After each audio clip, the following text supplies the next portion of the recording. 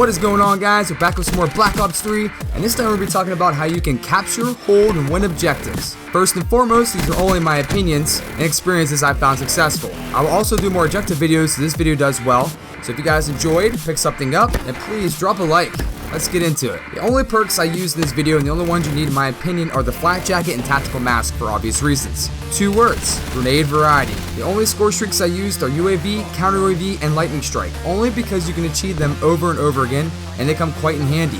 Using wraps, Talon, raids, Cerebus are all good too, but I don't think they're required. 3 points I believe that'll get you the cap and the win are 1, the right map positions, 2, the clutch specialist, and 3, the ideal equipment.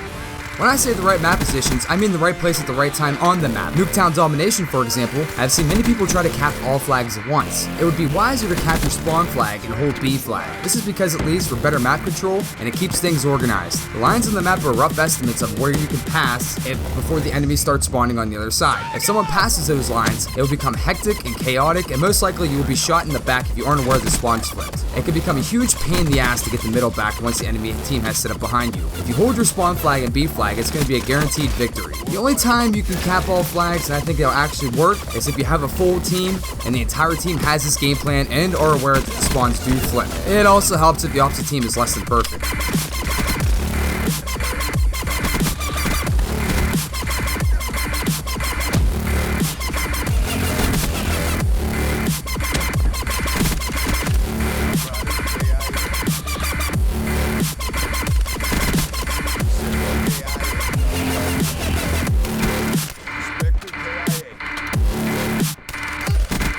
So have you ever noticed the majority of the players always choose one side of the map? This can be for many different reasons, such as following the person in front of them, or where they had the most success going that way in the past. Cutting off that route disrupts the enemies, and usually the reaction is to keep going that way because they're determined to kill you, to take revenge. Or they go a different route because they realize they can't get past you, and they're going to go a way they're not comfortable with. Both are good because you have just confused the enemy team either where to go, or you distracted them from the objective to where your team can just walk right in the objective and take it easily.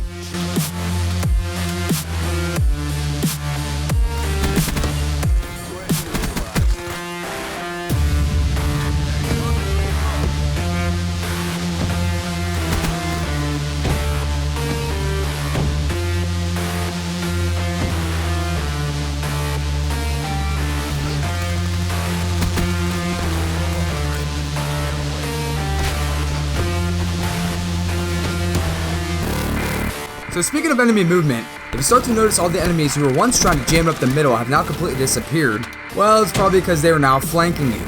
If you are defending or attacking, enemies will always try to find that edge or come up behind you to kill you. Keep an eye out on the minimap at all times to see the UAV if you have one up, or the gunfire signatures when they start to shoot. It only takes a few minutes of not paying attention before your whole team is wiped out by one person simply because you were not paying attention to the enemy movement. Keep your eyes on the minimap at all times.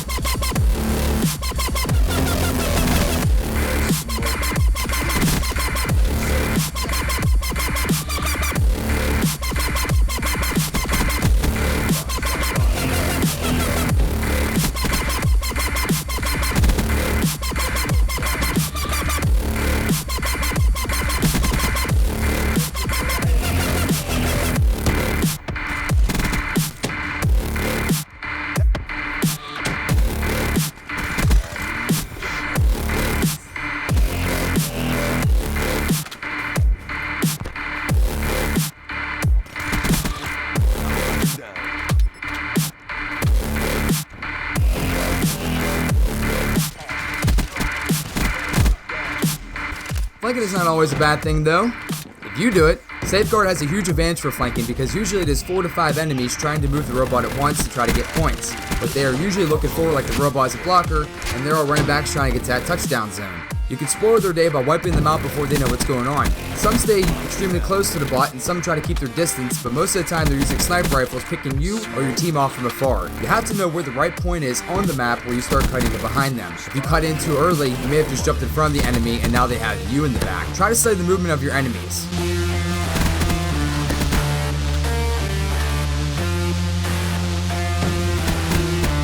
Now let's talk about who that clutch specialist is, and definitely the most fun to use. Ruin with the gravity spikes. Best specialist to use because nothing can stop those gravity spikes. No perks, no equipment available to stop the massive area of damage this guy produces. Too many guys for you to face head on close to the robot? Solution, spike it.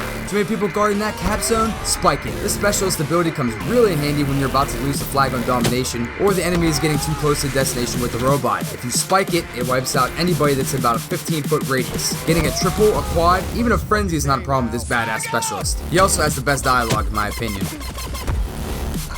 Okay, last but certainly not least, the ideal equipment to use within these objective games. The best lethal has got to be the thermite. Thermite is not an explosion, but is basically portable napalm. It is immediately active once thrown onto the ground or at an enemy. Better than the explosion lethals because most enemies have flat jacket on. Throwing thermite on, say, B flag while someone is capping will be a critical decision because if they don't move, they will die, leaving you to come in next to cap it.